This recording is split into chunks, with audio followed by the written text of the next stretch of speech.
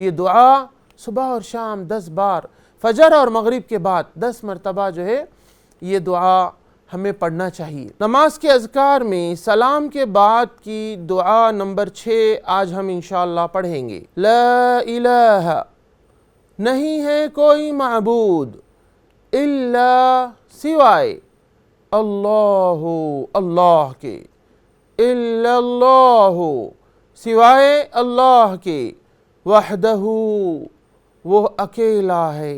دیکھیے اکثر دعاؤں میں آپ کو یہ ملے گا، کیوں؟ اس لیے کہ انسان کو بار بار یاد دلایا جا رہا ہے کہ اللہ کے سوائے کوئی معبود نہیں ہے، وہ اکیلا ہے۔ کیوں یاد دلایا جا رہا ہے بار بار ایک نمازی کو؟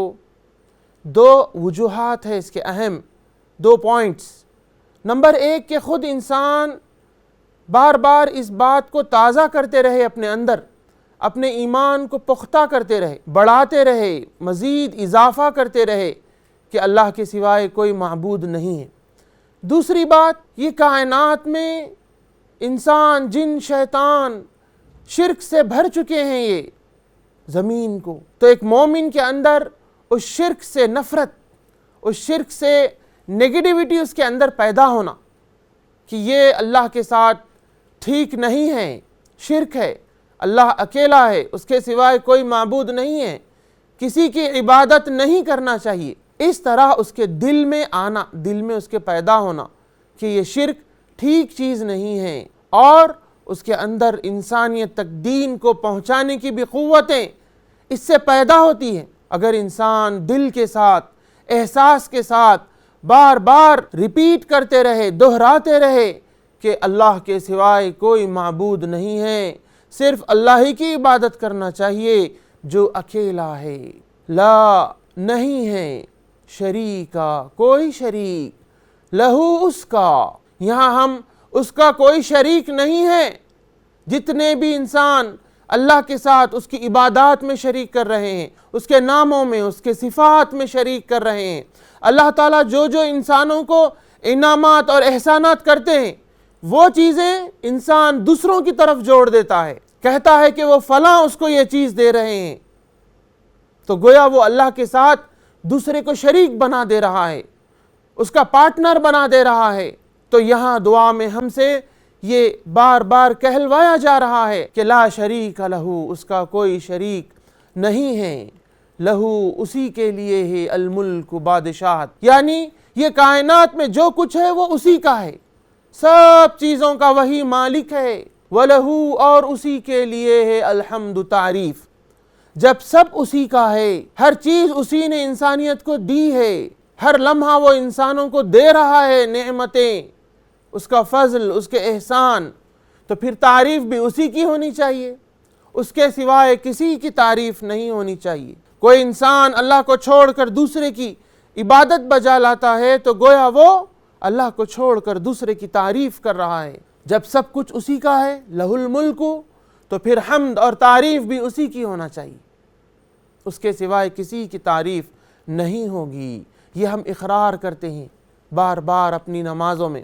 تو اس عقیدے کی طرف، اس پیغام کی طرف بلانا بھی چاہیے ہمیں کہ اللہ ہی سب چیزوں کا بادشاہ ہے، سب چیزوں کا وہ مالک ہے، وہی ہم کو سب دے رہا ہے، دھوپ، گرمی، ٹھنڈک، پانی، ہوا، کھانا پینا، سب چیزیں وہی دے رہا ہے، وہی مالک ہے اور وہی دے رہا ہے۔ تعریف بھی ہم انسانوں کو اسی کی کرنی چاہیے۔ یہ پیغام کو ہمیں دوسروں کو پہنچانا بھی چاہیے۔ جب آپ بار بار نمازوں میں یہ پڑھیں گے، آپ کے اندر ایک طاقت اور قوت پیدا ہوگی کہ آپ اس کی طرف دوسروں کو بلائیں بھی۔ جو آپ روزانہ بار بار جس عقیدے کا آپ ریپیٹ کرتے ہیں، دہراتے ہیں اس عقیدے کو، تو اس کو آپ کو دوسروں کو پہنچانے کی طاقت بھی آپ کے اندر پیدا ہوگی انشاءاللہ۔ یہاں دیکھیے، یحیی و یمیت، یہ جو دعا ہے صبح اور شام 10 بار پڑھنے کی ہے۔ صبح اور شام جو انسان یہ کہتا ہے اپنے منہ سے، یحیی، وہ زندہ کرتا ہے، ویمیت، اور وہ موت دیتا ہے۔ تو یہ دونوں چیزوں میں انسان دیکھا گیا تو شرک میں ملوث ہوتے ہیں۔ زندہ کرنے کا مطلب وہ پیدا کرتا ہے، پیدائش کے سلسلے میں بھی جو اسلام میں نہیں ہے وہ تو دوسروں کی طرف منسوب کرتے ہیں کہ فلاں کی وجہ سے اولاد ہوئی، فلاں کی وجہ سے اولاد ہوئی۔ مسلمانوں میں بھی بے شمار، کہیں کچھ گئے تھے اور کچھ کرے، اولاد نہیں ہو رہی، کہیں جاؤ اولاد کو مانگو، ایسا کرنے سے اولاد ہوگی، ویسا کرنے سے اولاد ہوگی۔ لیکن یہاں صبح اور شام ایک مومن کی زبان سے یہ کہلوایا جا رہا ہے اس ذکر میں، اس دعا میں، کہ یحیی، وہی زندہ کرتا ہے، وہی حیات دیتا ہے، وہی زندہ رکھتا ہے، وہی اولاد دیتا ہے۔ زندہ رہنے کے لیے بھی، زندگی دینے والا بھی وہی ہے۔ یہ اقرار ایک مومن صبح اور شام 10 بار کرتا ہے۔ وَيُمِيتُ، اور موت دیتا ہے۔ اس موت کے معاملے میں تو اچھے لوگ پھسل جاتے ہیں جب ان کے قریب رشتہ دار مر جاتے ہیں، اللہ کے ساتھ شکایات کرنے لگتے ہیں۔ لیکن ایک مومن صبح اور شام اس دعا کو 10 بار پڑھے، اس عقیدے کو تازہ کرے دل میں، اس ایمان کو پختہ کرے کہ وہی موت دینے والا ہے، اپنی مرضی سے جب چاہے وہ موت دیتا ہے، تو ایسے انسان کو صبر آئے گا اس وقت جب یہ مشکل کسی کے رشتہ داروں پر آتی ہے۔ مومن کے اندر ایک طاقت پیدا ہوتی ہے، ایسے ٹائم اس میں صبر پیدا ہوتا ہے کہ وہی موت دینے والا ہے، تو وہ زندہ کرنے والا ہے اور وہ موت دینے والا ہے۔ یہ عقیدہ ہم ریپیٹ کرتے ہیں روز، اس کا فائدہ خود ہماری زندگی میں بھی ہوگا۔ اگر کوئی آزمائشیں آ جائے اپنی آل اولاد پہ یا ماں باپ پہ یا رشتہ داروں پہ، تو صبر آئے گا۔ ہر چیز ہم اللہ کی طرف کریں گے کہ وہی زندہ کیا تھا، وہی پیدا کیا تھا اور وہی موت دیا۔ ہم کو صبر کرنا چاہیے اور ایسے کام نہیں کرنا چاہیے جو اسلام اور شریعت کے اندر نہیں ہے۔ اسی طرح اس عقیدے کی طرف بھی ہم انسانیت کو بلائیں کہ وہی زندہ کرنے والا ہے، وہی موت کو دینے والا ہے۔ وَهُوَ، اور وہ، عَلَى كُلِّ شَيْءٍ قدیر، ہر چیز پر وہ قدرت رکھنے والا ہے۔ زندگی دینے پر بھی اس کو قدرت ہے، موت دینے پر بھی اس کو قدرت ہے۔ اور یہ جو عقیدہ ہے، روز وہ زندہ رکھتا ہے، وہ زندہ کرتا ہے، وہ پیدا کرتا ہے اور وہ موت دیتا ہے، انسان کو، ایک مومن کو طاقت بنا دیتی ہے۔